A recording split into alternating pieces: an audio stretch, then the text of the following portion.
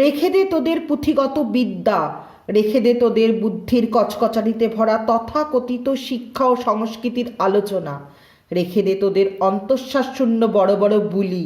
শেখ এদের কাছে বাস্তব শিক্ষা কাকে বলে, কাকে বলে শ্রীগুরুচরণে সম্পূর্ণরূপে আত্মসমর্পণ, কাকে বলে নির্ভরতা।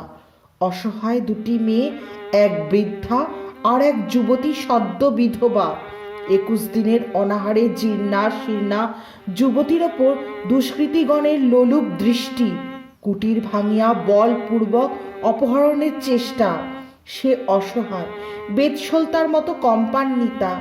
কোথায় ঠাকুর, আমার প্রাণের ঠাকুর, হৃদয় দেবতা আমার, রক্ষা করো তুমি আমাকে এই দুর্বৃত্তদের কবল হইতে।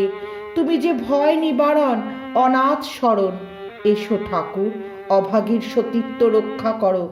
অমনি গুরু গম্ভীর কণ্ঠের বজ্র নির্ঘোষ, এই যে এসেছি আমি, রুদ্রমূর্তিতে ত্রিশূল হস্তে ঠাকুরের আবির্ভাব, দুর্বৃত্তদের পলায়ন।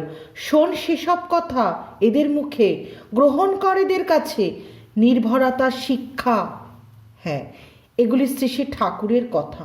ভাওয়াল মধ্য বাংলা সারস্বত আশ্রমে ভক্ত সম্মিলনী চলছিল।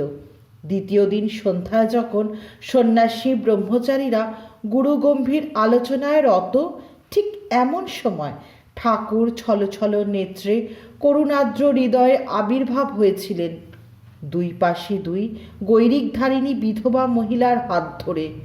তো সেই অসহায় বিধবা মহিলাদের সাথে কি ঘটেছিল তা আমরা শুনব। তো প্রথমে শ্রী ঠাকুর মহারাজের চরণে জানাই অনন্ত কোটি প্রণাম। তারপর সদ্গুরু নিগমানন্দ কথামৃত চ্যানেলের পক্ষ থেকে ঠাকুর মহারাজের প্রাণপ্রিয় শিষ্য ভক্ত ও শ্রোতা বৃন্দদের জানাই জয়গুরু প্রীতিমধুর সম্ভাষণ। আশা করি শ্রী ঠাকুর মহারাজের অনুকম্পায় সকলেই ভালো আছেন।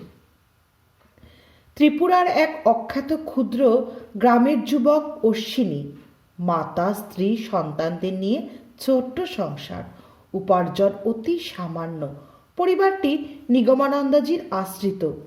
হঠাৎই এক দুরারোগ্য ব্যাধিতে প্রাণ বিয়োগ হয় অশ্বিনীর। বৃদ্ধা মা ও স্ত্রী শোকে পাগল প্রায় হয়ে পড়ে। বৃদ্ধা মা ভাবলেন, এমন দুর্দিনে ঠাকুর যখন নীরব দর্শক, তখন তাকে ঘরে রেখে লাভ কি? ভেবে শ্রী ঠাকুরের চিত্রপটটি পুকুরের জলে বিসর্জন দিতে চলেছে। এমন সময় হঠাৎ পিছন থেকে প্রাণ গলানো আহ্বান, মা! বৃদ্ধা মাতা পিছন ফিরে চেয়ে দেখেন গুরুদেব নিগমানন্দ। করুণ কণ্ঠে বলেছেন, চল মা, ঘরে যাই, আমি তোমার ছেলে, আমি তোমায় মা বলে ডাকবো। অশ্বিনীর আয়ু ফুরিয়ে গেছে, ওর জন্য চোখের জল ফেলো না, সে আমার কাছেই আছে। এই অখ্যাত পল্লীতে হঠাৎই তার আবির্ভাব, আবার সান্ত্বনা দিয়ে হঠাৎই তার অন্তর্ধান, সত্যি এক বিরাট রহস্য। বুঝতে আর বাকি রইল না, গুরুদেব তার অলৌকিক শক্তি বলে প্রকট হয়েছিলেন।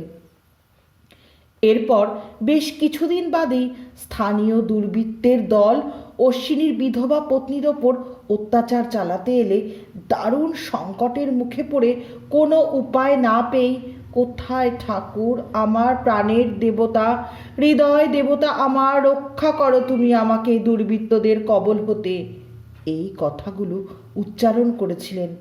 সঙ্গে সঙ্গে ঠাকুরও পুনরায় প্রকট হয়েছিলেন ও তার তেজদীপ্ত হুঙ্কারে দুর্বৃত্তরা পলায়ন করেছিল।